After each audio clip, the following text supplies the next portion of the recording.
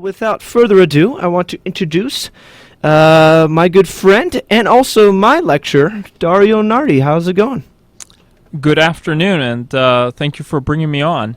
For sure. It's an honor and privilege having you here. Thank you. And although I'd like to say I'm very excited to be here, as you know, a little bit is it's bad weather outside, so to speak, and that's what's brought me here today. Yeah, we've definitely heard loud and clear the outcry that has begun. So your name is Dario Nardi. You are a lecturer here at UCLA for, I believe, 13 years. Mm-hmm. Now, tell me first, what is the difference between a lecturer and a professor? What is the difference? That's a great question. I know when students come into a class, they often think, well, isn't everyone a professor unless they're a TA or something? And it's a little bit more complex than that. Either somebody is what's called tenured, or they're on a track to get tenure, or which basically means like lifetime job security. Or they're a lecturer, which means most of the time you're just hired 1 year at a time, and for when you're needed, and assuming you teach well.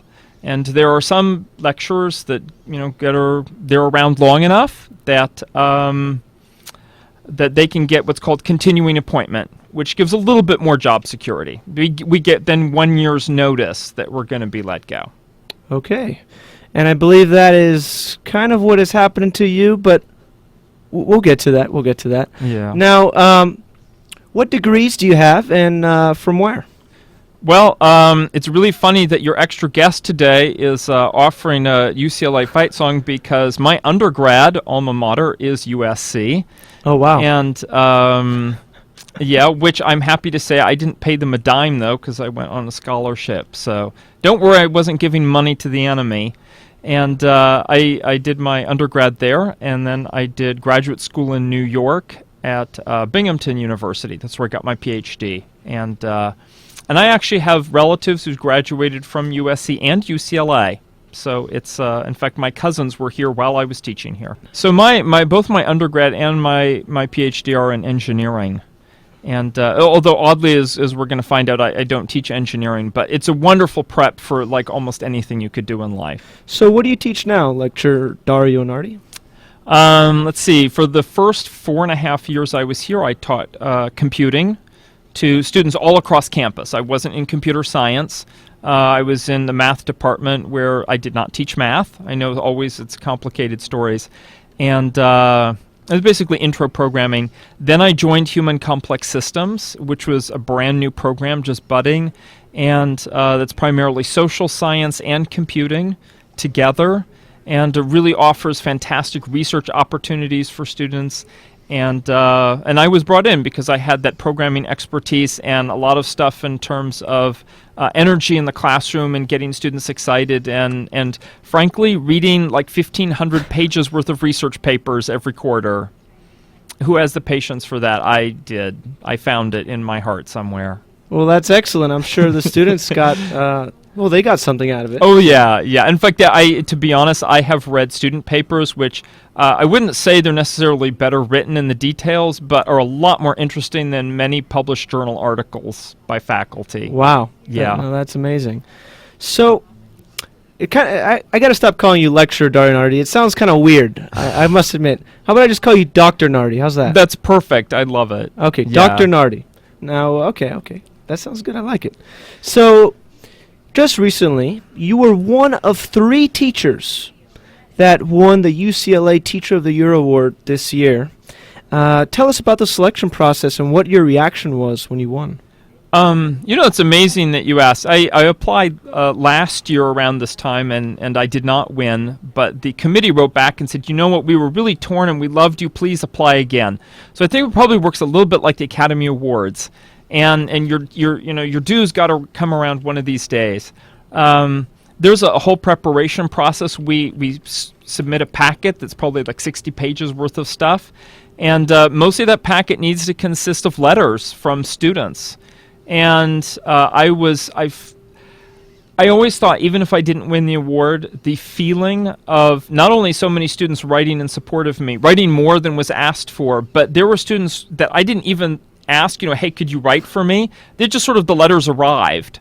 I'm like, how did you guys even know this was happening? Well, they found out through their friends. That's fantastic. And so that I thought, just having a collection of those, even if I stopped teaching today, like would be really great. As for the moment when I found out I won, it came through as an email. And I'm still not really quite sure how I feel about it. I mean, of course, I feel good, but just an email. You would think they'd come into your office during your office hours, like a bunch of balloons. Maybe a handshake by the Chancellor Gene Block, and also by the Dean of Students. Big fiesta. Just an email. Well, it was just a heads up. The actual celebration will be in the fall, when there's a good possibility I'll no longer be here. Oh, yeah, and we'll get to that in a second, which makes this all the more puzzling. Now, how many other awards have you won here at UCLA? I've won other award, which I believe was in 2005 or 2006. I don't remember. Called the Brian P. Copenhaver Award. So he's an alumnus of UCLA. For innovative use of technology in the classroom. And this came out of a course in which students from all over campus, different majors, they didn't really need to start off know anything, and they ended up programming robots to put on as plays. So they did stage plays that we filmed, and there were robots that they prepared and choreographed to do routines and to talk, and they did a robot-human wedding, robot-human love connection, and this was all about bringing technology and the humanities together in a really sort of exciting way, and so that was that. I really enjoyed working on those, and that's all part of human complex systems now. In many cases, yes. Actually, that's an entree for students to learn about the program. And they can also fulfill an elective requirement by taking that class. We got to get to the controversy of this. Of course. You won Teacher of the Year once again. You were one of 3 lecturers or 3 faculty members here at UCLA that won Teacher of the Year. Mm-hmm. And now apparently the Dean of Students for the Social Sciences Division wants you out of UCLA. Tell us why. Okay, so this is just the Dean of Social Science overall. So he's sort of the or fancies himself as the head honcho of the Social Science Division. And that includes all of you who are in political science, communication studies, sociology, anthropology, econ, and more. And and what is his name? Dean is his title, and his name is Sandro Duranti. Sandro Duranti. Yes, okay. and funny thing, like me, he also is of Italian extraction, and perhaps we might come back to that towards the end because there's a little joke about Italians that fits in real well. And so the reason is really this, and this isn't me like doing mind reading or guesswork. This is an email that he has put his name to, that has been entered into evidence. So this is not, please know I'm not making this up. That he wants to get rid of all lecturers in social science, especially lecturers that are in my position, folks who are just about ready to qualify for what's called continuing appointment, which means that instead of living from hand to mouth and not knowing what's going to happen this year or next year, that we get a little bit of job security. And apparently this just is completely counter to his plans for social science. Now, how many lecturers are there in the Social Sciences Division? I absolutely have no idea. I know that there are 6 other lecturers who are in a similar position as I am. People who've been around for quite a while. Like I said, I've been here 13 years. And we are integral to the programs in which we teach. And we've been targeted. Wow. Now, you've been teaching here for 13 years. My question is, why don't you already have your tenure? Well, the reason is this. I started off on South Campus, and that was what's called a teaching postdoc, and that only lasts for a certain amount of time, and then the idea is you go somewhere else. And I did go somewhere else. I moved to North Campus. The program I teach in, Human Complex Systems, is a degree program, but it's not a standalone department. It's what's called an interdepartmental program. Our faculty come from all different, they come from political science and comm studies and sociology and anthropology and whatnot. So we really can't be our own department because we're so diverse in our nature. The challenge, though, is when there's no department, there can be no tenure. only departments can give tenure. My fellow faculty members, I'm sure, would be extremely supportive in moving me along to tenure if we were a department, but we're not. That's unfortunate. Maybe in the future, human complex systems would be a department. We certainly have been growing enough to justify it, but hobbled the way we are, because if I'm not allowed to teach, and already that's happened this past year, most of my classes have been taken away, then we can't actually, students can't, graduate in our program. Now, during our previous discussions, you mentioned that the dean did something illegal. Could you elaborate on what that was again?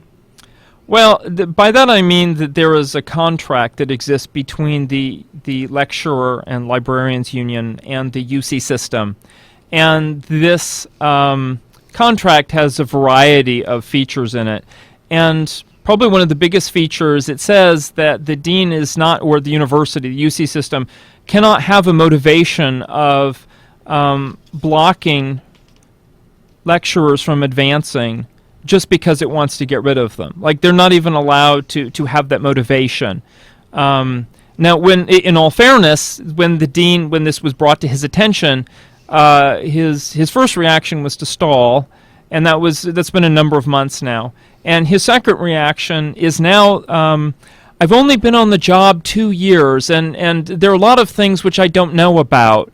And, I didn't necessarily intend it to be, I didn't necessarily mean to speak the way I did. Honestly, if I was making the money that he was after 2 years, I think I would probably know my job a little bit better.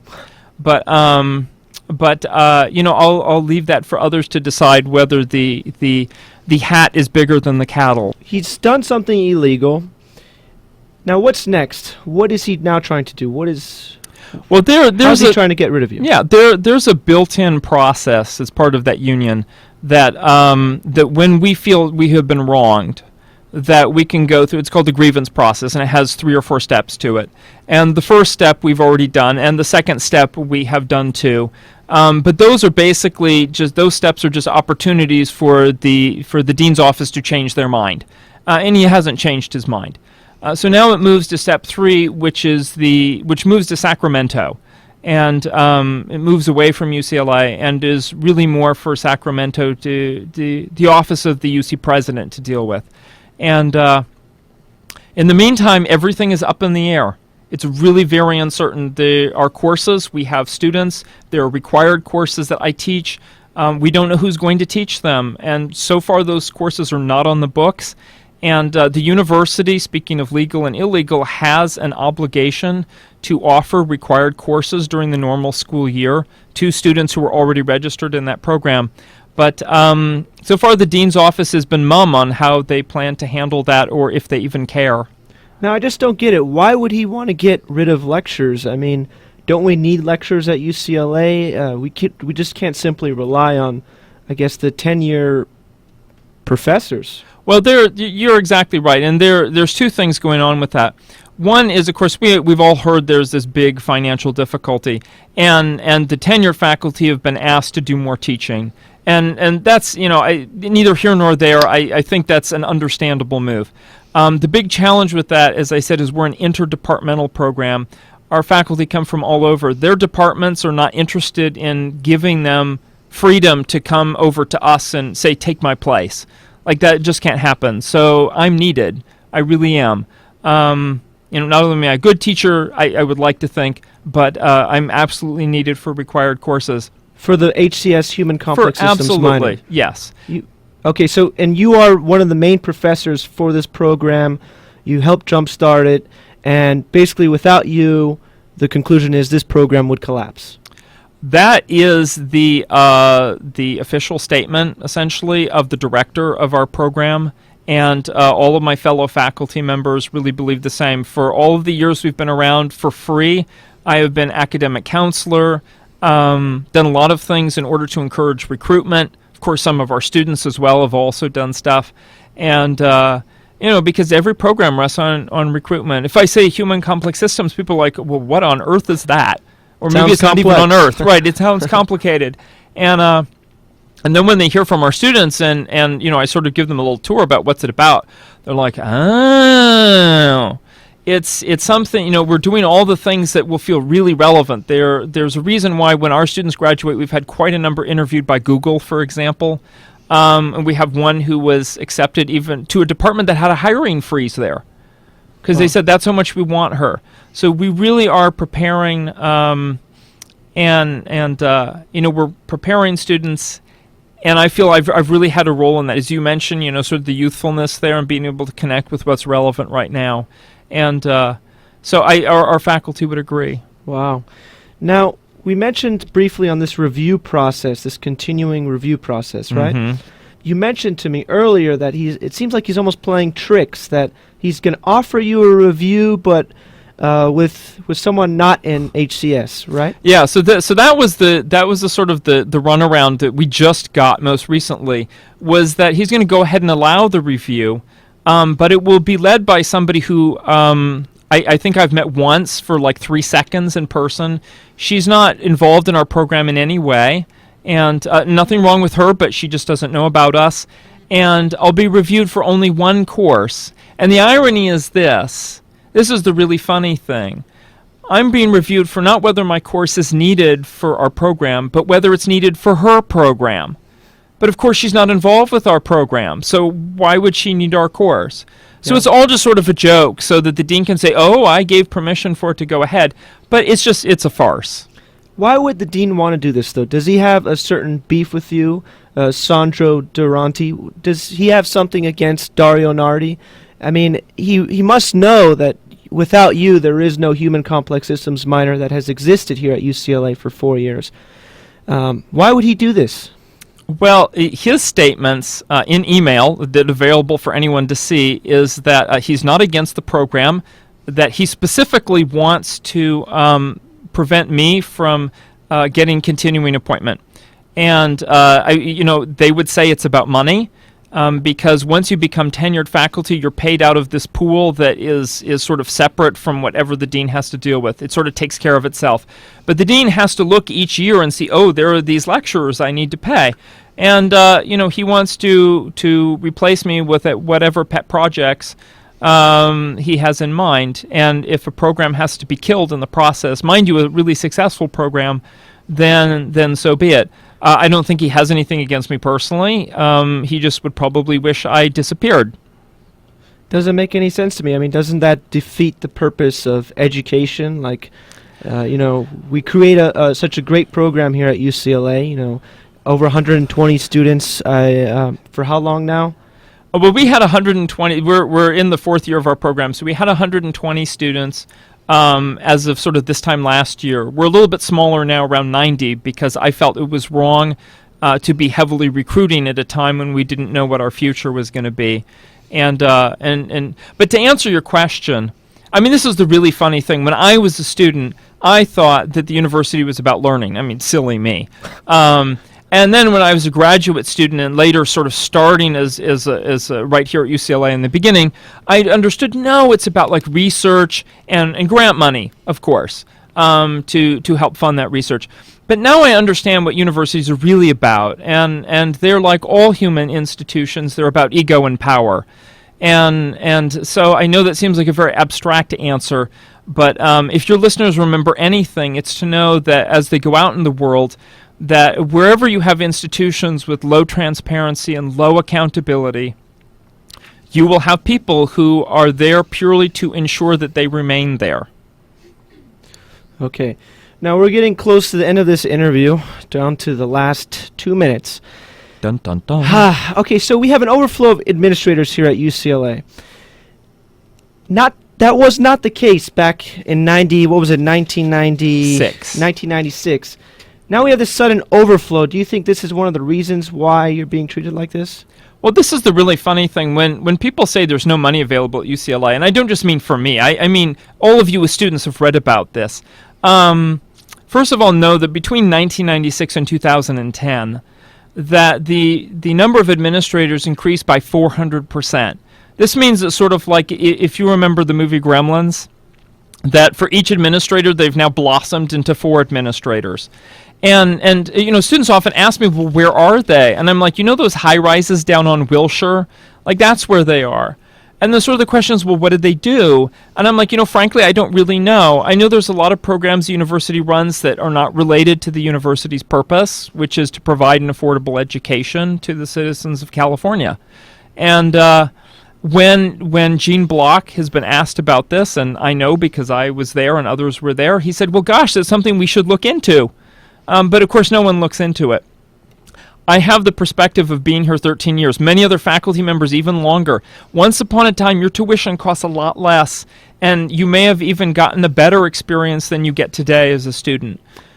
So finally, so you believe two people need to be investigated for basically trying to force you out of UCLA. I don't think it's even just me. And the reason I propose it is this, and I'll name them in a moment. The Lecturer and Librarians Union has let me know that any issues or problems at the university, they've all been resolved except in social science with this particular dean. So that suggests it's not even the university's difficult financial times or anything like that. It's really about this one person who seems to be sticking out like a sore thumb, who by his own admission after 2 years doesn't feel comfortable in the job. And so I really would suggest that Dean Sandro Duranti, perhaps by his own admission, maybe this is too much of a burden, and needs to see someone else come in. The other person that I would name, just because I'm a little bit skeptical, I don't know her as well, and perhaps she has some redeeming words for herself, is Lynn Thompson, who's the Director of Employee and Labor Relations. And from the latest piece of paper that Lynn produced, I'm really incredulous that she's somehow an expert in her area, because there's just blatant factual errors and in the kind of situation where there shouldn't be. If it was a student paper, it would be a C paper. And again, I just it's for others to decide what's going on. All I know is that there's something local right here that's an issue, and it's not an issue anywhere else. So why is it? And it's not me, because I'm not the only one. Very good points. Thank you so much, Dario Nardi, lecturer, Dr. Nardi, and hopefully we will continue to see you here at UCLA. I really do hope that. I hope there's justice served, and I hope everything will be going well.